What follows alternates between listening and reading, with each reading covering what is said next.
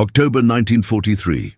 High above the German countryside, Oberleutnant Hans Weick squinted through his Messerschmitt Bf 109's canopy at an unfamiliar silhouette cutting through the morning sky. The aircraft below looked wrong. Too sleek, too clean, with an odd bubble canopy that seemed almost American in design. But that was impossible. American fighters couldn't reach this deep into the Reich. They simply didn't have the range.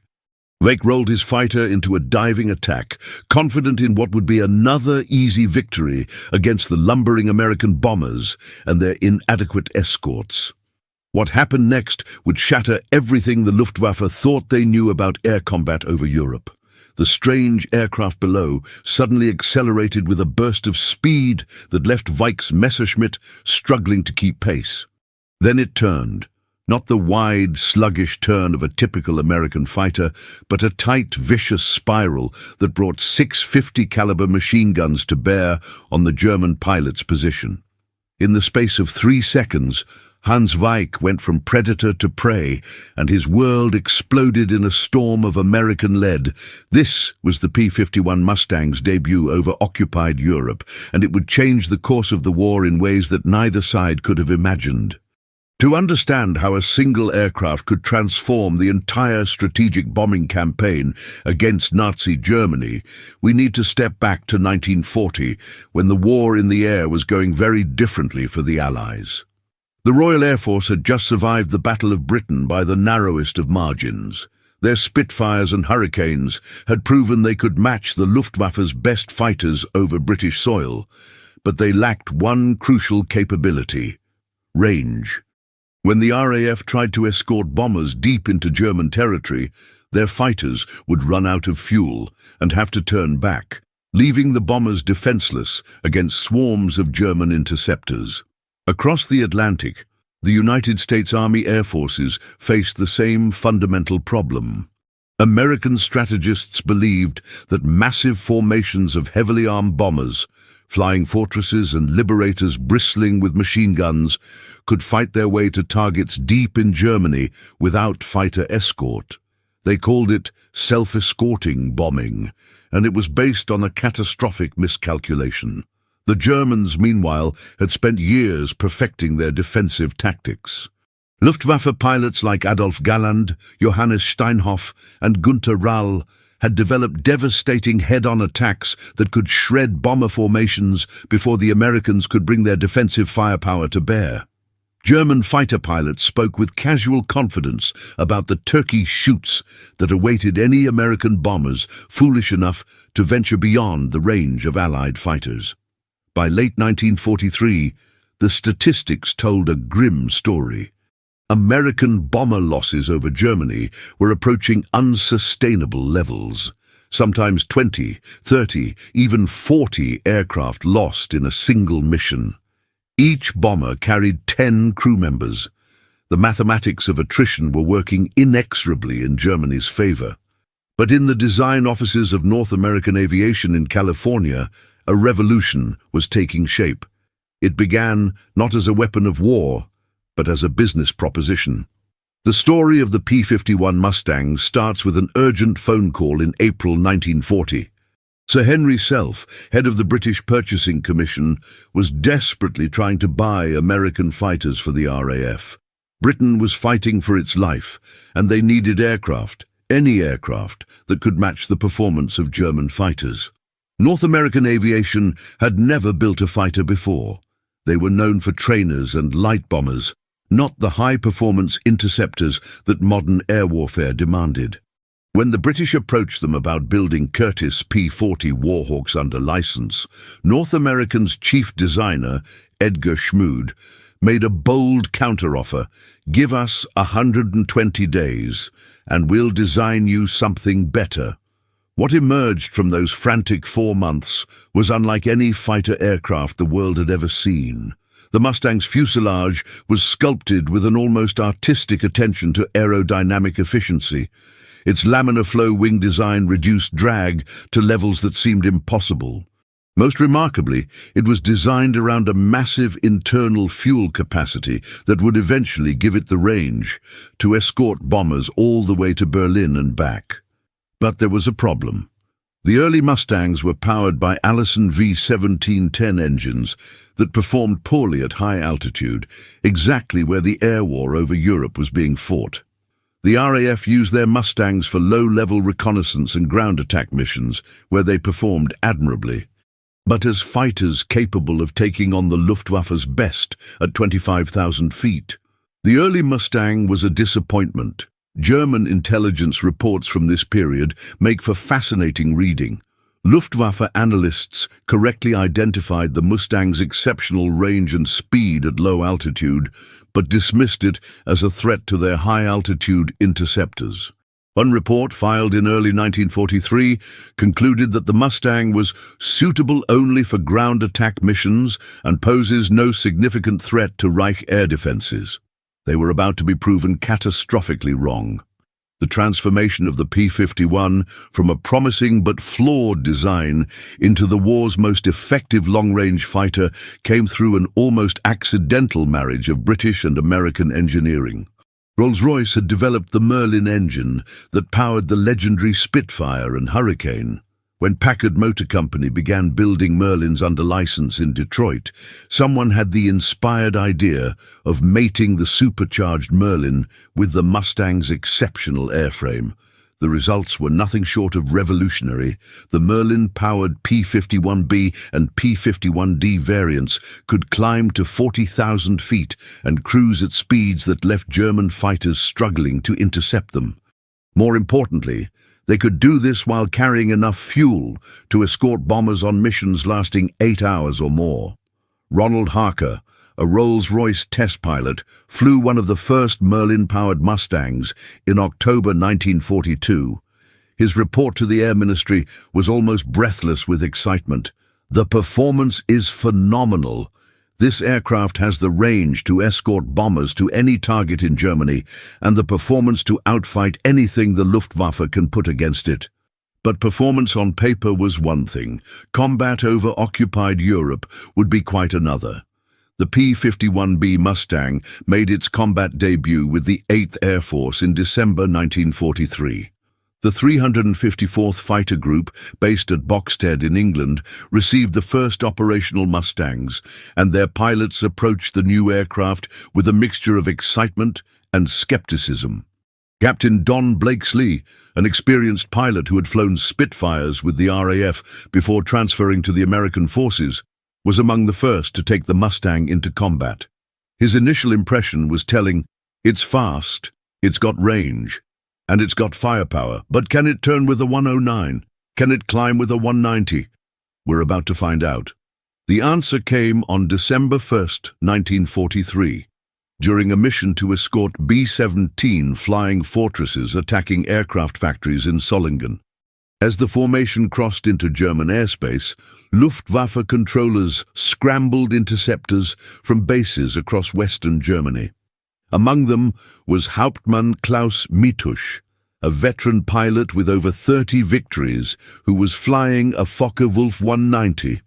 Mitusch later described his first encounter with a Mustang in a letter to his wife. "I saw this aircraft below us and thought it was another Thunderbolt, big, heavy, probably slow in a turn. I rolled down on him expecting an easy kill.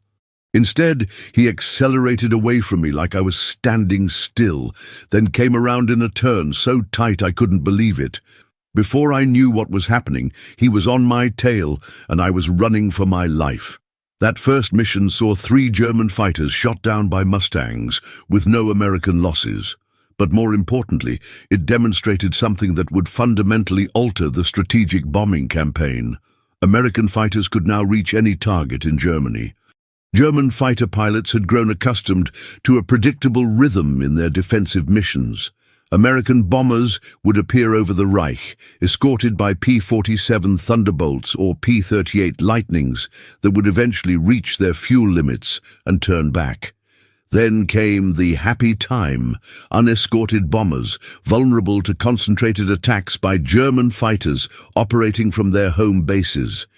The Mustang shattered this comfortable routine. Suddenly, German pilots found themselves facing fresh American fighters over targets deep in the Reich. Fighters that seemed to have unlimited endurance and performance that matched or exceeded their own aircraft. Oberst Johannes Steinhoff, one of Germany's most experienced fighter commanders, wrote in his diary after encountering Mustangs for the first time, "These American fighters are unlike anything we have faced before. They appear over our most distant targets with full fuel and ammunition, ready to fight. Our pilots are reporting that the Mustangs can outrun our 109s in level flight and outturn our 190s in sustained combat. This changes everything." The psychological impact on German pilots was immediate and profound. Fighter pilots, who had grown confident in their ability to intercept unescorted bombers, now faced the prospect of extended dogfights against fresh, well-trained American pilots flying superior aircraft. The hunter was becoming the hunted. To understand the full impact of the Mustang's arrival, we need to examine what American bombers faced before adequate fighter escort became available. The second Schweinfurt raid of October 14, 1943, became known as Black Thursday and demonstrated the horrific cost of sending bombers deep into Germany without fighter protection. 291 B-17 flying fortresses took off from English bases that morning, targeting the ball-bearing factories in Schweinfurt that were crucial to German war production. The mission planners knew it would be costly. Schweinfurt was 400 miles from the nearest Allied fighter base, well beyond the range of any available escort fighter. What followed was a masterclass in German defensive tactics. Luftwaffe controllers vectored over 300 fighters against the American formation, attacking in waves from the moment the bombers crossed into German airspace. German pilots had perfected the art of head-on attacks, diving through the bomber formations at closing speeds of over 500 miles per hour, their cannon and machine guns ripping through aluminum and flesh. By the time the surviving bombers limped back to England, 60 flying fortresses had been shot down and another 138 damaged. 600 American airmen were dead, wounded, or missing. The 8th Air Force had lost more than 20% of its attacking force in a single day. Brigadier General Curtis LeMay, who commanded the bomber formations that day, was blunt in his assessment.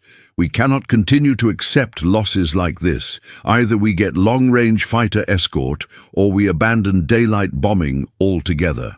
The Germans, meanwhile, were jubilant. Luftwaffe pilots like Egon Meyer and Georg Peter Eder had perfected tactics that seemed to make American daylight bombing impossible.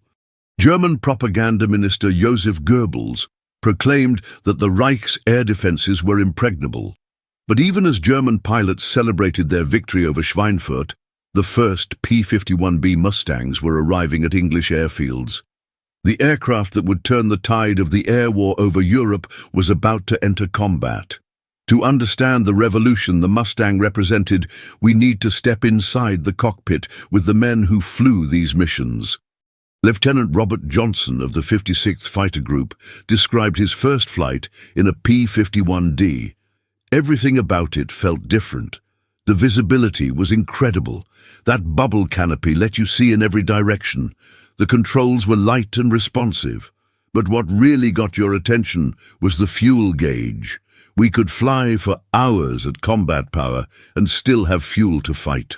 The psychological impact of this extended range cannot be overstated.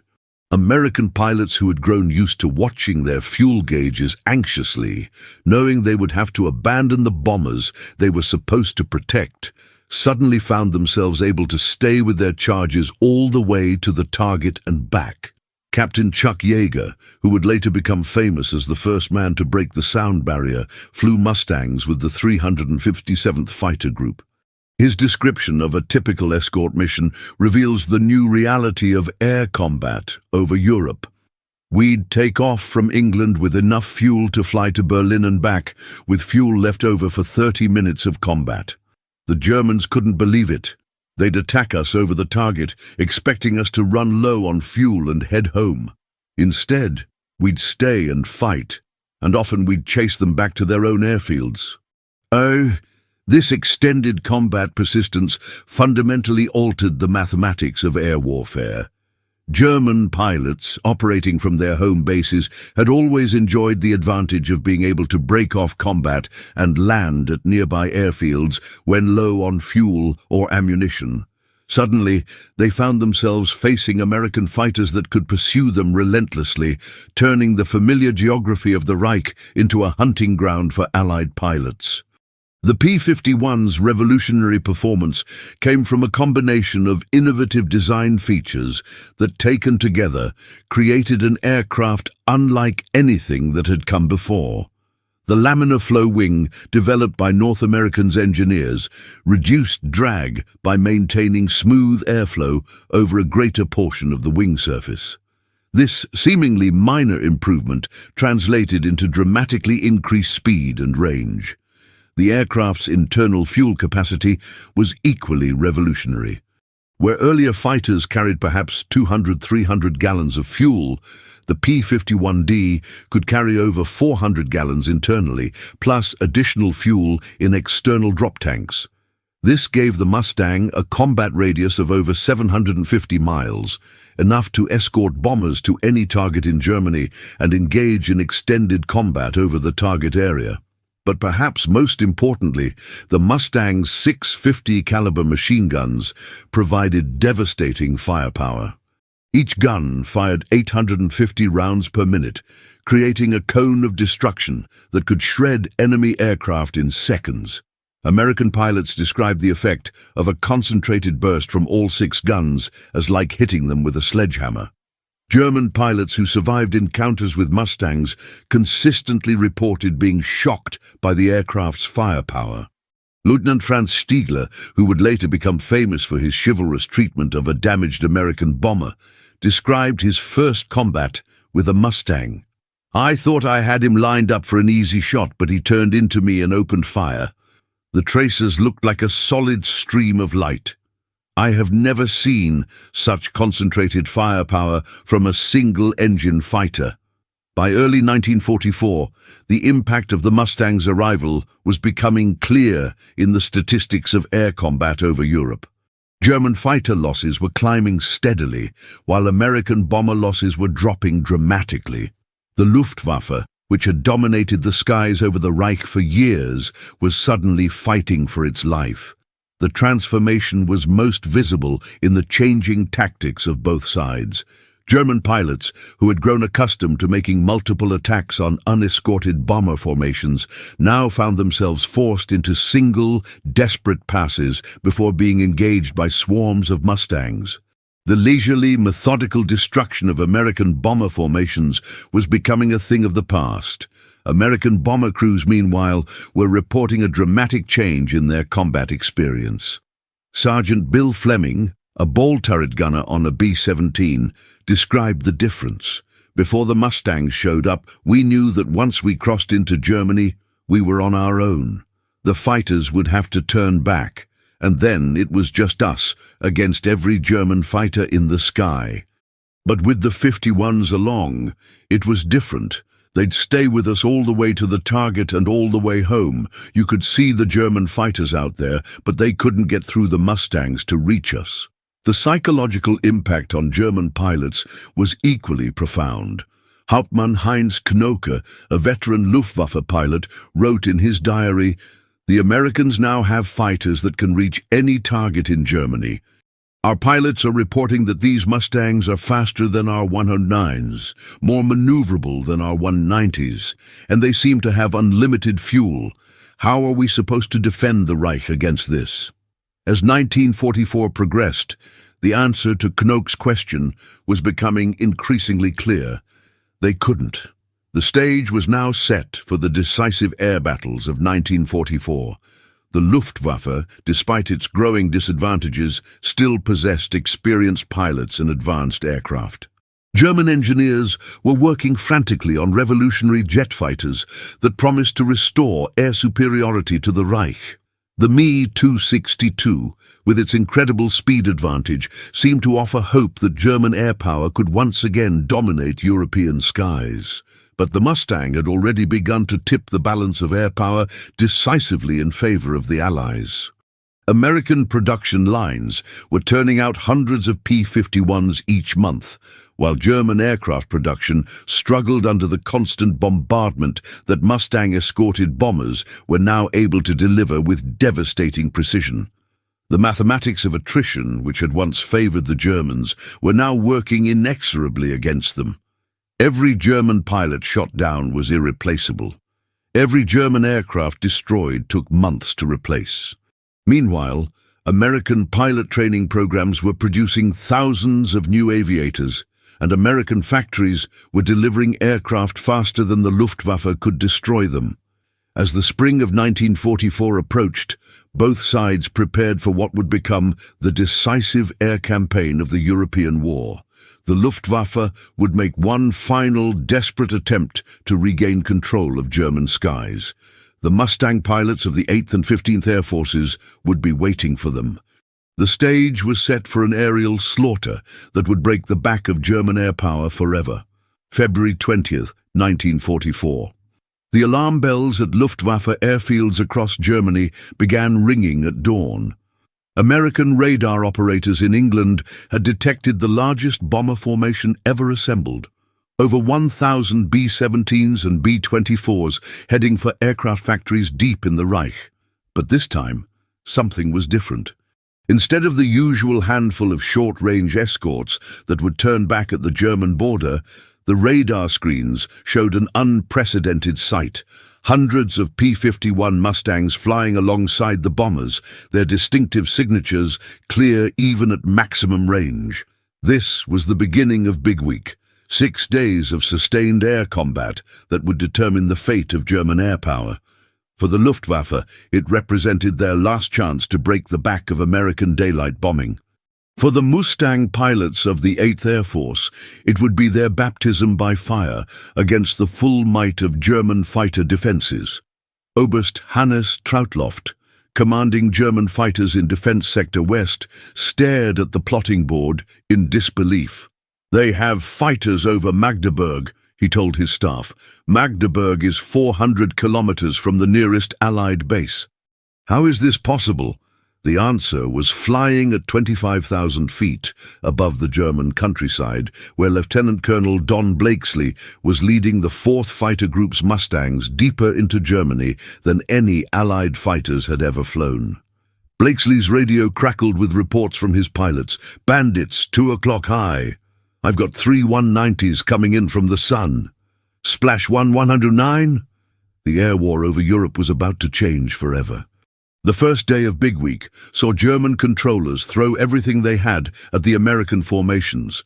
Over 400 Luftwaffe fighters rose to meet the attackers, confident that sheer numbers would overwhelm the American escorts. What followed was a massacre, but not the one the Germans had planned. Major George Preddy, flying with the 352nd Fighter Group, described the action in his combat report. "We were jumped by about 20 109s and 190s over Brunswick. They came in fast and aggressive, probably expecting us to be low on fuel like the Thunderbolts used to be. Instead, we turned into them with full tanks and plenty of fight left. In the next 10 minutes, we shot down 8 of them without losing a single Mustang." The German pilots were experiencing something they had never encountered before: sustained combat against fresh American fighters operating at full performance deep over German territory. Lieutenant Heinz Knocke, flying his Bf 109G over central Germany, later wrote, "The Mustangs seemed to be everywhere. Every time we tried to attack the bombers, they were there to intercept us, and they wouldn't go away. We would fight them for 20 minutes, break off to refuel, and find them still there when we returned." By the end of the first day, German losses were catastrophic. 42 Luftwaffe fighters had been shot down, with many more damaged. American losses were minimal, just 4 Mustangs lost in air-to-air combat. The kill ratio that would define the rest of the air war over Europe was already becoming clear. Behind the statistics lay human stories of extraordinary courage and devastating loss. Hauptmann Georg Peter Eder, one of Germany's most experienced fighter pilots, found himself in a running battle with Mustangs over his home airfield at Bad Wörishofen. In a letter to his sister, written that evening, he captured the desperation of the German position. "Today, I fought American fighters over our own base. They followed us home, Maria. They have enough fuel to chase us to our own airfields and still have ammunition to strafe us on the ground. I have been flying fighters for 4 years, and I have never seen anything like this. The Americans are not just winning, they are hunting us." On the American side, the psychological impact was equally profound, but entirely different. Captain Chuck Yeager, flying his Mustang Glamorous Glen over Germany, described the feeling of air superiority. "For the first time since we started flying over Germany, we felt like we were the hunters instead of the hunted. We had the range to stay with the bombers, the performance to outfight anything they put up against us, and the firepower to finish the job." But the human cost was real on both sides. Technical Sergeant Mike Gladich, a Polish pilot flying with the American 56th Fighter Group, shot down 3 German fighters in a single engagement, but watched his wingman's Mustang explode under cannon fire from a Focke-Wulf 190. "Victory and loss," he wrote in his diary that night. "They come together in this war. You celebrate shooting down the enemy, then you mourn your friend who won't be coming home." As conventional German fighters proved increasingly unable to cope with the Mustang threat, Luftwaffe commanders turned to their most advanced weapons: the Messerschmitt Me-262 jet fighter and the rocket-powered Me-163 Comet. These revolutionary aircraft promised performance that could finally match or exceed the Mustang's capabilities.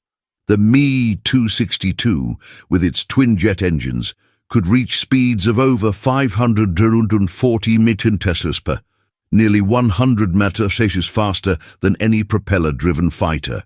When flown by experienced pilots like Major Walter Nowotny or Oberst Johannes Steinhoff, the jet fighter seemed to offer hope that German air power could regain the initiative.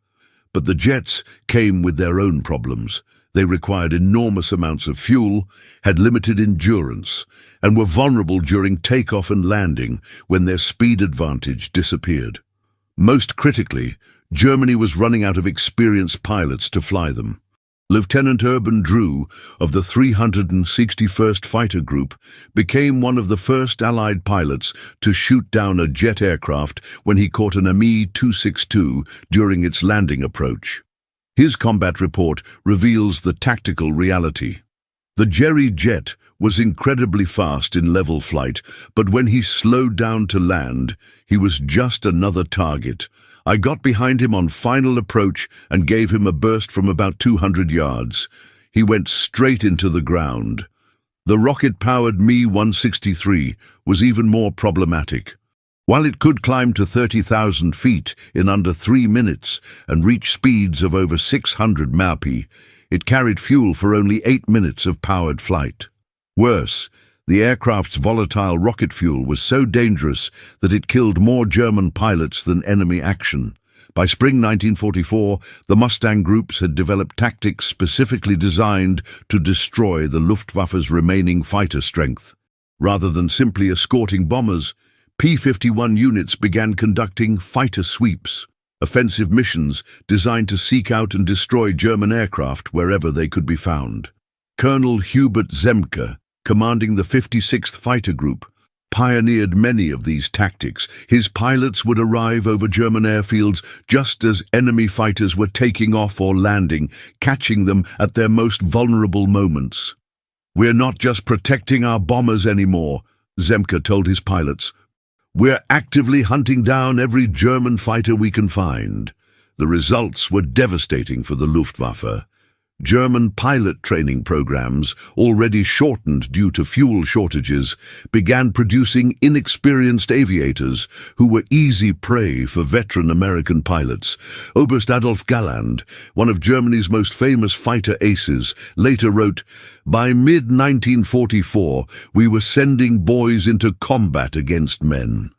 Our new pilots had perhaps 50 hours of flight training, while the Americans they faced had 300 hours or more.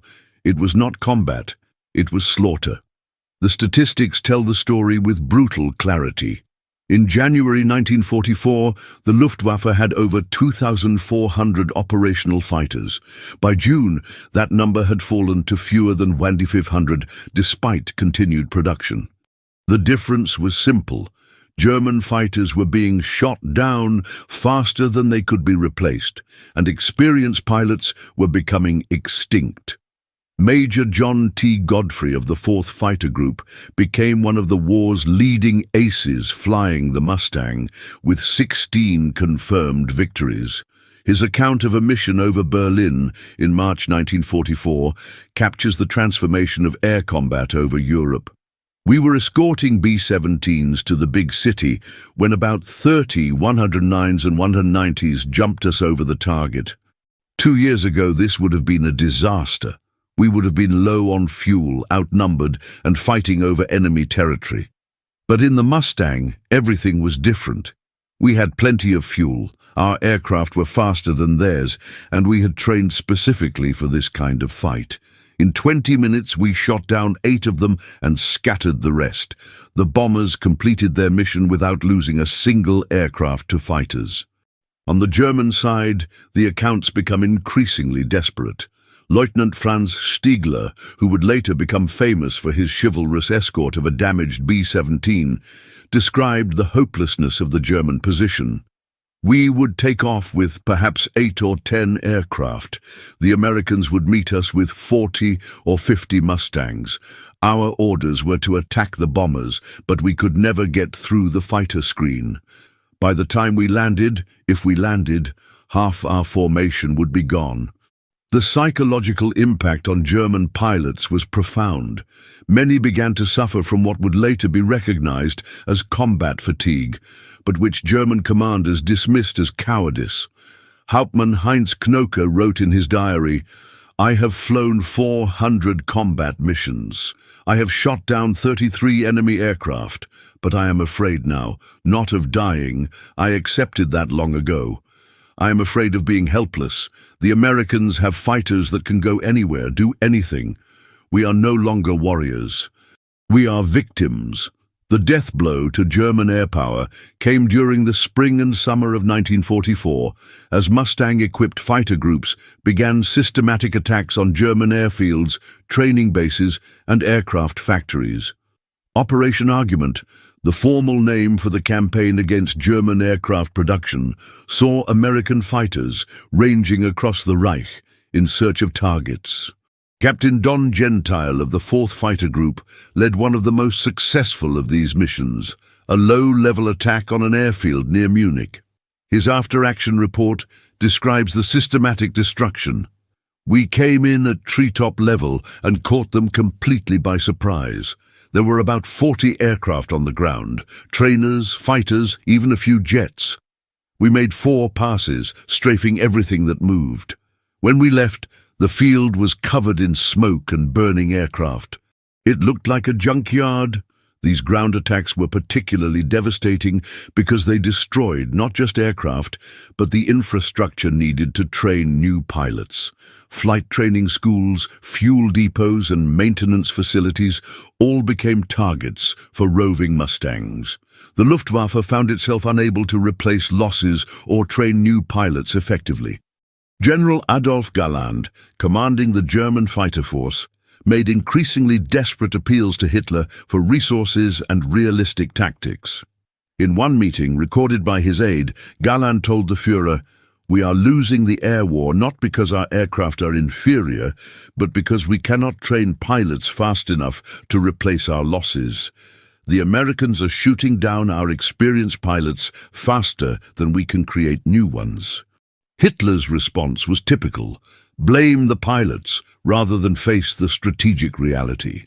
"German pilots lack fighting spirit," he declared. "They must be ordered to ram enemy aircraft if necessary." Such orders only accelerated the destruction of what remained of German air power. By D-Day, June 6, 1944, the transformation was complete. The Luftwaffe, managed to fly only 319 sorties over the Normandy beaches, against over 14,000 Allied sorties. German fighters were so rare that many Allied pilots completing tours of duty never saw an enemy aircraft. The kill ratios tell the story with mathematical precision. In 1943, before the Mustang's arrival, German and American fighter losses were roughly equal. By 1944, American pilots were shooting down German fighters at a ratio of nearly 4.1. In some engagements, the ratio reached 10.1 or higher. Lieutenant Colonel John C. Meyer of the 352nd Fighter Group, who would finish the war with 24 victories, described the situation. By late 1944, encountering German fighters was actually unusual. When we did find them, they were usually inexperienced pilots flying in small formations. The Luftwaffe that had terrorized Europe in 1940 simply no longer existed. The human cost was staggering. The Luftwaffe lost over 13,000 pilots killed in action during 1944 alone, more than in the previous 3 years combined. Among the dead were many of Germany's most experienced aces, men like Hauptmann Hans-Joachim Marseille and Major Helmut Wick, whose loss could never be replaced. The P-51 Mustang's impact on World War II extended far beyond simple air-to-air combat statistics. By achieving air superiority over Europe, Mustang pilots made possible the strategic bombing campaign that crippled German war production.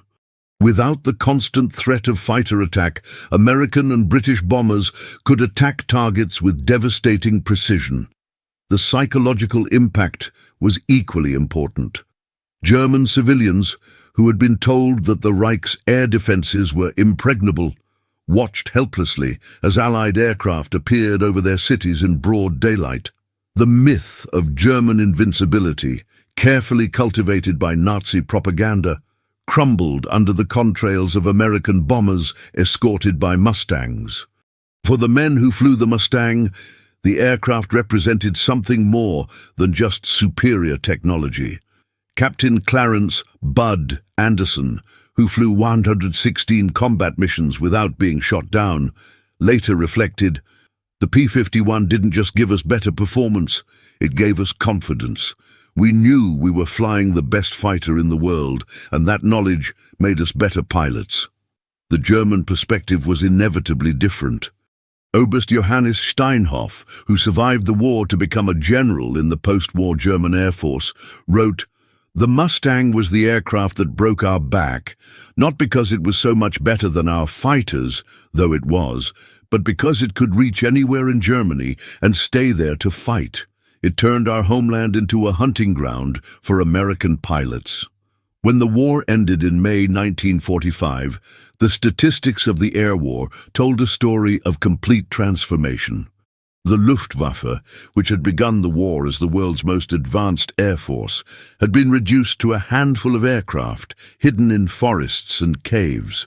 German pilot training had virtually ceased, and fuel shortages meant that even experienced pilots rarely flew. The P-51 Mustang groups, meanwhile, had compiled a record of achievement unmatched in aviation history. The 4th Fighter Group alone was credited with over 1,000 enemy aircraft destroyed. The 352nd Fighter Group produced more aces than any other American unit. Collectively, Mustang pilots were credited with destroying over 4,150 enemy aircraft in air-to-air combat, more than half of all German aircraft shot down by American fighters. But beyond the numbers lay a more profound transformation. The Mustang had proven that technological superiority, properly applied, could overcome numerical disadvantages and geographical barriers.